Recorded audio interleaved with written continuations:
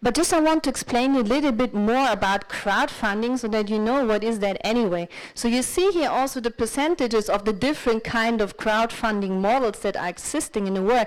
And you see India is the #1 in crowdfunding. So I don't even know if that the Indians know that.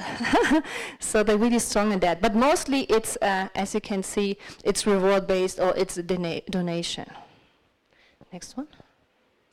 And what's really amazing is you see this is the crowdfunding. It's a huge number, so the banks are scared. So it's already 2015, it was 35 billion euros that was collected in crowdfunding. So private people gave the money directly to a project and not to their bank, and the bank gave it to the project. No, they gave it directly.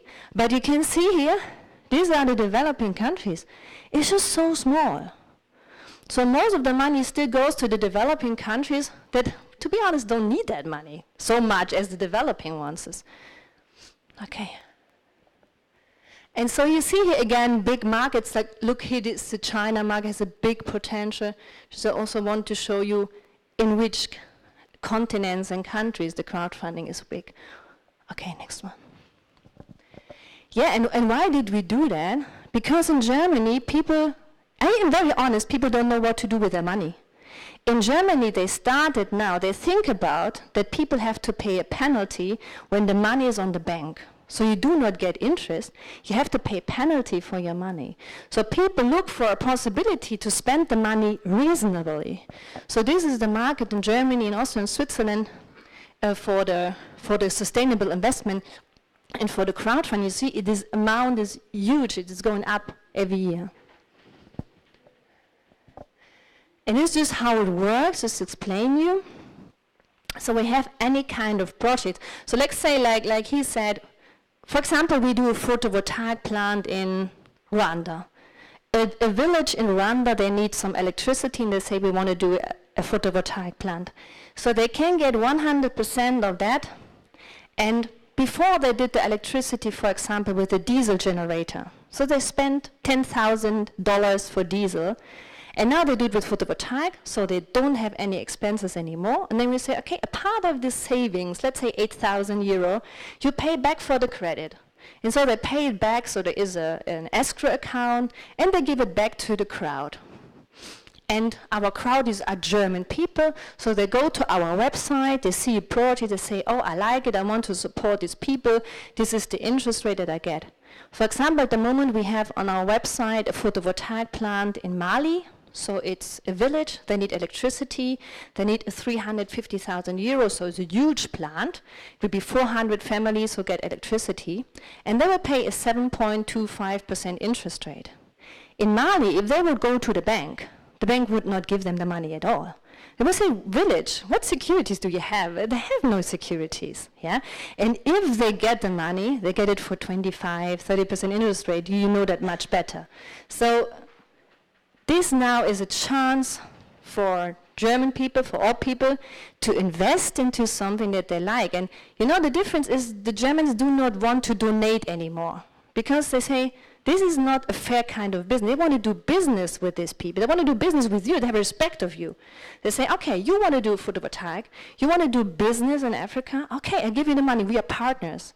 And this is what we have to force also in these developing countries. More see each other as partners and not, oh, you are the poor guy, I give you the donation. Oh, yeah, I'm so good, I gave you the money.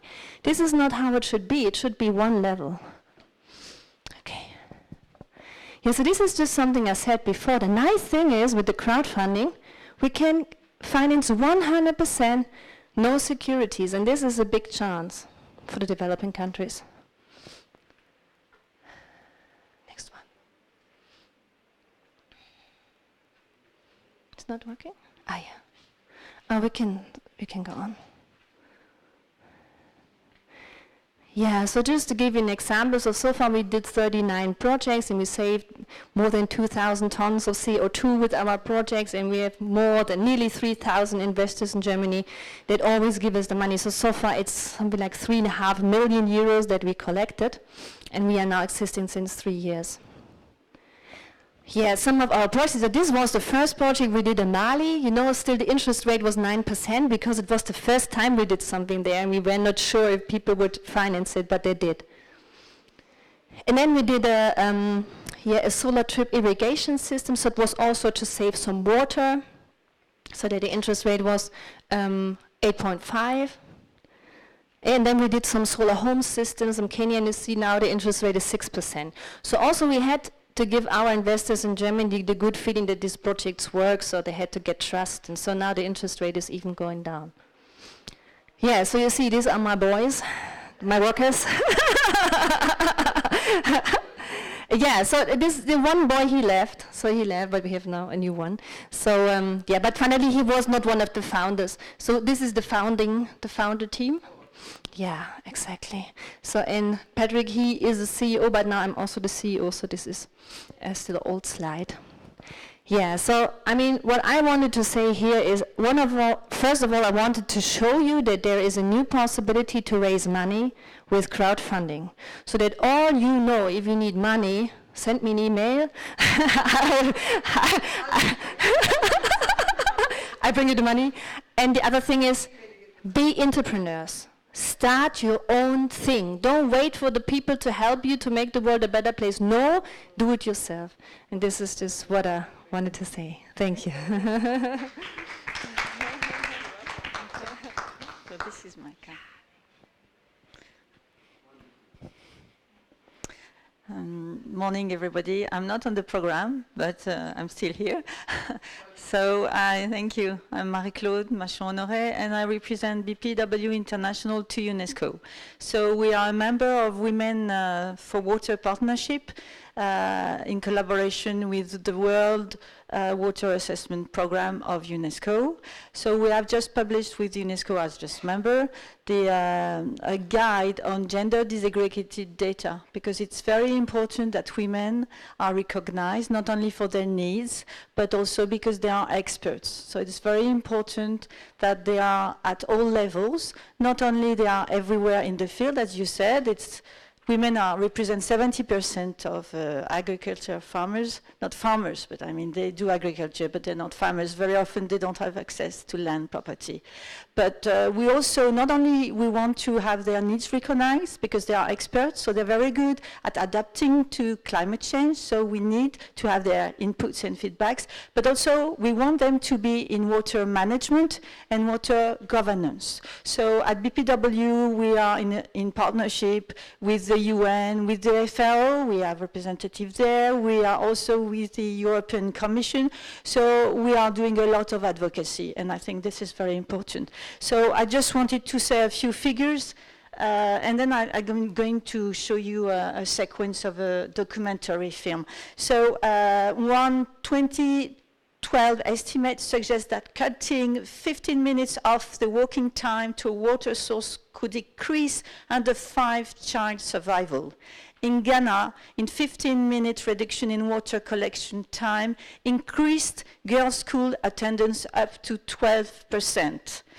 In rural India and Africa, more than 30% of a woman's daily energy intake is spent just on fetching water.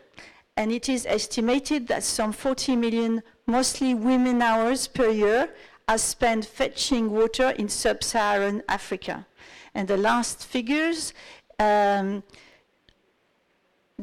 showed that only 29% of staff in the Department of Water Development in Uganda was female. So affirmative action was taken to improve the gender balance in the water department by 30% in 5 years.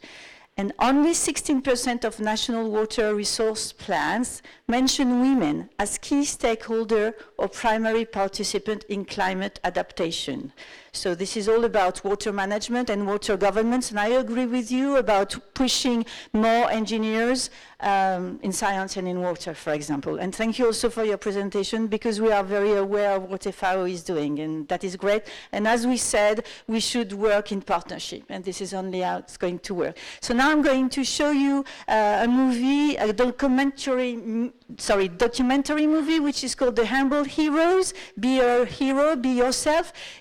It has been made and written by Frédéric Bedos, and it's part of this project, Humble Heroes, which is an NGO of information. And this, I'm very proud because this movie has been selected at Festival of Cannes, and I met this wonderful woman and young woman and beautiful at UNCSW in New York, and because I co-organized a forum on the role of women in fighting poverty at UNESCO with NGOs in official partnership, it was screened there, just the first second, so I wanted just to show it to you.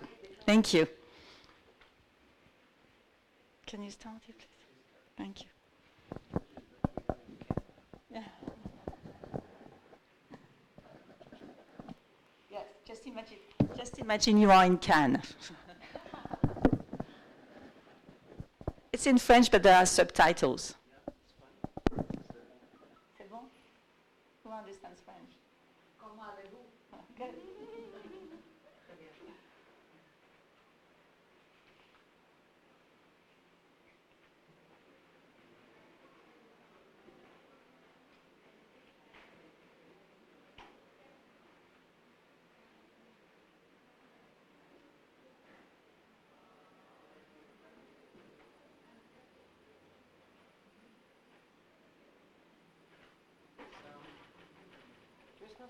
No, for the moment there is no sound. It comes after.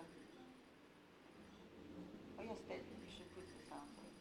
Some kind of sound.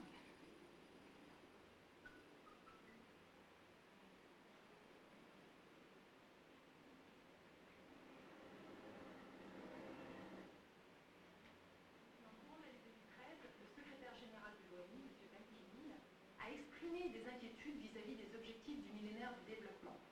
Il soulignait le risque que ces objectifs ne soient pas atteints en 2015, notamment parce que les droits des femmes reculent un petit peu partout dans le monde. Quand j'ai entendu cela, j'ai été fortement interpellée. Bien sûr que la question des droits des femmes n'est pas résolue, loin de là, mais tout de même, j'avais la sensation qu'on allait dans le bon sens, qu'on progressait. Et voilà que j'apprenais que sur le terrain, de façon globale,